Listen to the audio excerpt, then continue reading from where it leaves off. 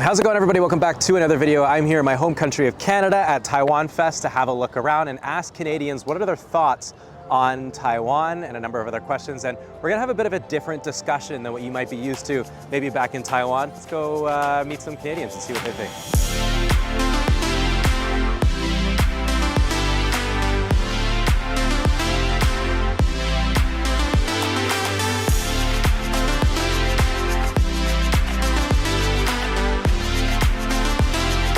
If I say Taiwan, what's the first thing that comes to your mind? Food.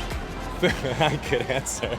I get that answer a lot from people, Yes. but it makes sense. Yeah, it's good food. It sounds so dumb. Yeah. He studied martial arts in high school and wanted to go there. Really? Yeah, so my Sifu, I learned traditional Kung Fu, Hungar, and my Sifu is Sifu, I guess my grandmaster. He lived in Taiwan. Oh, so cool. When I was younger, my dream was to go there and be a live-in martial arts student for a summer. Very cool. Island. I guess an island, country, friendly, hospitality. Yeah. Okay, what have you seen so far here at Taiwan Fest? I think I've seen as much as I can see, and I know there's more to see, from the food to the displays. There's crafts for the children. We have some exhibits here as well. And of course the entertainment, fabulous entertainment. And with the location being down here at Harbourfront on the lake, you can't top it. We've been here only half an hour, but so far, even with the rain, you can feel there's like a really nice vibe and really nice an energy of people coming out, and it's great to see a lot of people. Have you seen the self-portraits from the Taiwan AIDS Society in the back there? I haven't yet. I think their whole idea is trying to promote the idea that people maybe living with HIV can live very similar lives to the Yes. ones they did before infection. And they want to try and drive that discussion back in Taiwan and here in Canada. Do you think that we should maybe make steps to sort of be a little bit more inclusive to people like that? I think we should be inclusive to everyone. It doesn't matter whether they have a disability, whether they have an illness, whether they have a virus. At the end of the day, we are all equal. We are all affected. We live today, but we don't know what's going to happen tomorrow and how we live our life moving forward. So I think being inclusive in any society, whether it's in Taiwan, whether it's in Canada, it's important, and it helps society to grow and move forward. Yeah, I mean, of course. I don't. It doesn't matter, race, age, health, sex, anything. It's we're all about inclusion, and that's what's so great about Canada, and that's what's great about Taiwan. Is a really open and a society that you can be who you are, and you're always you're welcome as you are. I think they should be included for sure. Yeah? I mean, yeah, so I know that mental and physical health in Asia is a little bit more controversial than it is here. Very true. Right, a little Very bit. true. I think as far as integration into the community and society, it really makes no difference, right? You should be able to bring people in, like that should be something that we're all kind of going for. The main thing you should be focused on is just getting people help, right? Like living with HIV doesn't have to be debilitating, so why let it be? Okay, I am here with my good friend Betty, friend of the podcast, the Alan and Prazi podcast. We're here in Toronto together. There are people living with HIV, which is sort of what this artwork behind us is about. And they face maybe some stigmas or some stereotypes in Taiwan. Do you think we should be more open to people living with HIV in everyday society in Taiwan or Canada? Absolutely. Everybody's got something, put it that way. And they've gone through a lot as it is already. They don't need to have that. But I don't think it's going to be, it's probably more of an issue here in Canada than it is in Taiwan. Because I think Taiwan is so open. They're the only Asian couple that allows same-sex marriage, right? So Yes, like that's very, very open. Yeah, I think one of the things that we're trying to do here is make sure that people understand that HIV, it's not always have to do with gay rights, right? No. It has to do with everything. And I think that another important thing that we're trying to do here is make people understand that undetectable means untransmittable, which is sort of like U equals U, or Gen U, which is sort of the idea behind this artwork here. Yeah, Is understanding yeah, that it's just because beautiful. people are living with HIV in Taiwan or Canada or anywhere in the world doesn't mean that they can't live normal lives. Absolutely. All right, we're going to start here with Charlie. He's the managing director of Taiwan Fest. Can you tell me a bit about what you guys are trying to accomplish here with Taiwan Fest? As you know, right here in Toronto, the whole city is very diverse. We have 260 something languages spoken here, and a lot of people were actually born outside of Toronto. It's very important to have this diversity that we all share, and perhaps that we can have a dialogue, and hopefully that we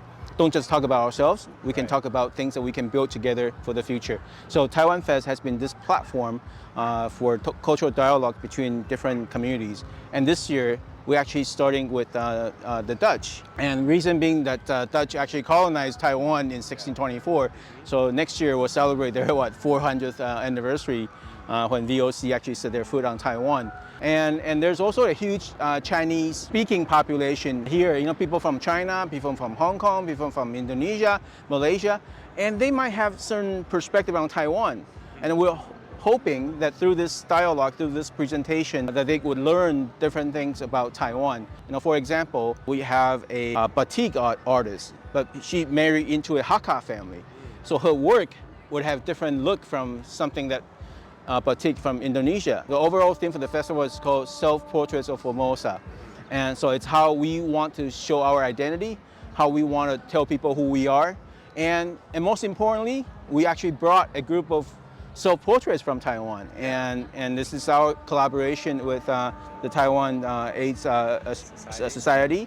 And their work is tremendous. You know, they use self-portraits as a way to express love and allowing people to see the work through love, and then hopefully to remove all these stigmas. Hopefully by removing stigma from AIDS, and it's very similar ideology, similar approach to what we are trying to do. So giving people a different perspective to think about yourself, to think about who you are, and to listen to you rather than using their judgment to impose on you. So this is what's about Taiwan Fest, and I think we're trying to do it through arts, through conversations, through music, through dances, and hopefully that people would have different impression about Taiwan. Just like, how people want to have, the Taiwan AIDS Society wants people to have a different idea about people that have AIDS. This is a stigma that we should no longer live today.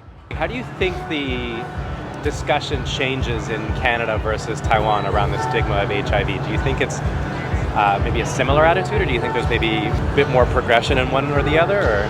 Well, I think Canada as a society in general, especially in these metropolitan cities, Vancouver or Toronto, it's quite progressive. People have already sort of accepted that AIDS is no longer what it was, many years ago, and there's a way that we can live with it. And as the same way that it's not just for a certain group of people, it is something that just like COVID, we have to live with as part of our everyday life. People around us, they don't necessarily have to be certain type of people. It's just a disease that we deal with. Right. And so I think Canada is a very good society that Taiwan perhaps can look upon to.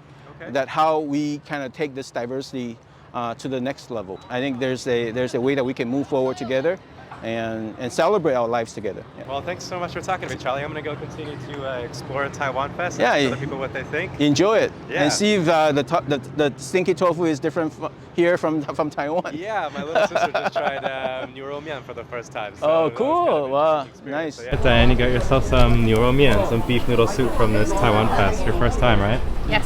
How come you're not using chopsticks? Because I don't know how. It would take me like way longer to eat if I used the chopsticks. Let's see what kind of noodle they use. I'll try the noodle.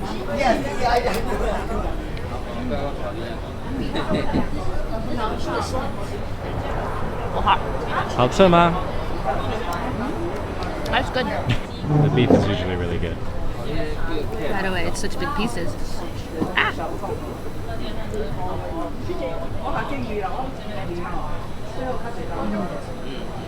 Oh, good. You like it? Well, thanks so much for talking to me, Betty, and it's really good to see you. We're shaking hands. We're friends. We can hug it out. But hugging, Prozzy doesn't hug, so No, this not is going to be... usually. No, it doesn't hug. Well said. Well, thanks for talking to me, man. Thank you so much. I really appreciate it. Nice to meet you. Nice to meet you, too. Nice to meet you. Yeah. Thank you so much for talking to me, man. Really appreciate it. What's that? Did I pass the audition? 100%. That was perfect. Yeah. Okay. Nice meeting you. Yeah, you too. Thank you so much. Nice to meet you guys. Thanks so much for talking to me. Enjoy the fest. Thank you. Thank you so much. Anyways, guys, that's it for me. Thank you so much to the Taiwan AIDS Society for inviting me here to shoot with them, including Taiwan Fest.